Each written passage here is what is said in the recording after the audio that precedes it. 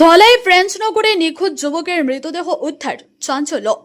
কাছাড়ের ধলাই বিধানসভা এলাকার ফ্রেঞ্চনগর গ্রাম থেকে নিখোঁজ হওয়া এক যুবকের মৃতদেহ উদ্ধারকে কেন্দ্র করে এলাকায় চাঞ্চল্যের সৃষ্টি হয়েছে। মৃত যুবকের নাম স্বপন শর্মা ওরফে মিলন। পরিবার সূত্রে জানা গেছে, গত বুধবার সকাল আনুমানিক 7টা নাগাদ বাড়ি থেকে বের হওয়ার পর থেকেই নিখোঁজ ছিলেন স্বপন। পরিবারের সদস্যরা বিভিন্ন জায়গায় খোঁজাখুঁজি করেও তার সন্ধান পাননি। পরে তার মা বেলারানী শর্মা লাইলাপুর পুলিশ পেট্রোল পোস্টে নিখোঁজ সংক্রান্ত অভিযোগ দায়ের করেন। এরপর শুক্রবার 21 আগস্ট সকালে ফ্রেঞ্চনগর এলাকার পাগলাছড়া জঙ্গল থেকে স্বপন শর্মার মৃতদেহ উদ্ধার করা হয়। তবে কিভাবে তার মৃত্যু হয়েছে তা এখনো স্পষ্ট নয়। মৃতদেহ উদ্ধারের পর ঘটনাস্থলে পৌঁছে তদন্ত শুরু করেছে পুলিশ। মৃত্যুর প্রকৃত কারণ জানতে তদন্তের ফলাফলের দিকে তাকিয়ে রয়েছে পরিবার ও এলাকাবাসী।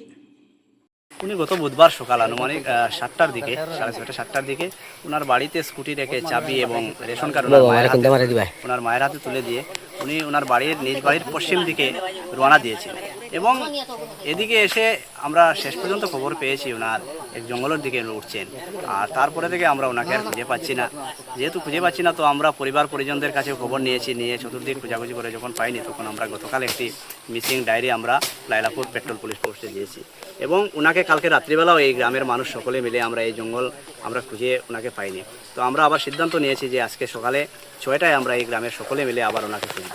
তো যাই হোক, আমরা প্রায় 40-50 জন মানুষ আজকে সকাল 6:30টার দিকে এই জঙ্গলে আমরা যখন ওনাকে খুঁজাচ্ছি, তো 10-15 মিনিটের মাথায় আমরা একটি গাছে ওনাকে ঝুলন্ত অবস্থায় ওনার মৃতদেহ দেখতে পাই।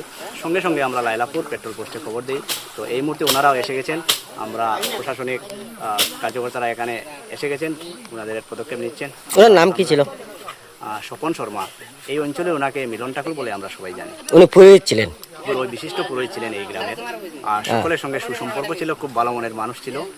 তো ছেলে মেয়ে কয়জন ছিল? ওনার মেয়ে 2জন, একজন মেয়ের বয়স 7 বছর এবং একজনের মাত্র 2 বছর। এই ফুটফুটে 2টি বাচ্চা রেখে আজকে এই দুর্ঘটনার সম্মুখীন না ফিরার দেশে চলে গিয়েছে। আমরা খুব দুঃখিত এবং এই মুহূর্তে আমরা এই পরিবারের সর্বাবস্থায় পাশে থাকার চেষ্টা করি। ধন্যবাদ। গত বুধবার সকালে আমি পারিবারিক সূত্রে খবর পাইলাম যে তুলারতল থেকে আইয়া তার বাড়ির যেন মার হাতে রেশন কার্ড আর স্কুটির সাদি আর ছাগলের বাচ্চাটাও কইছে বিক্রি করে লিয়ে পালতে পারতাই না, এগুলা কইয়া একটা ব্যাগ লইয়া হাতে লইয়া আর পশ্চিম দিকে এখানে আছে। পশ্চিম দিকে কাশিয়াপুঞ্জির স্থিত, ওখানে এলপি স্কুল আছে কাশিয়াপুঞ্জি। এখানে আইয়া জঙ্গলের ভিতরে গলায় দড়ি দিয়েছে। এই বাড়িটা যে গলায় দড়ি দিব, এই নমুনা যে তার মৃত্যু অনিবার্য করব, হে আমরা মানুষতার মধ্যে এটা কোনোদিনও আইছে না। আমরা বংশানুক্রমিক কোনো অবস্থায় এই নমুনার কোনো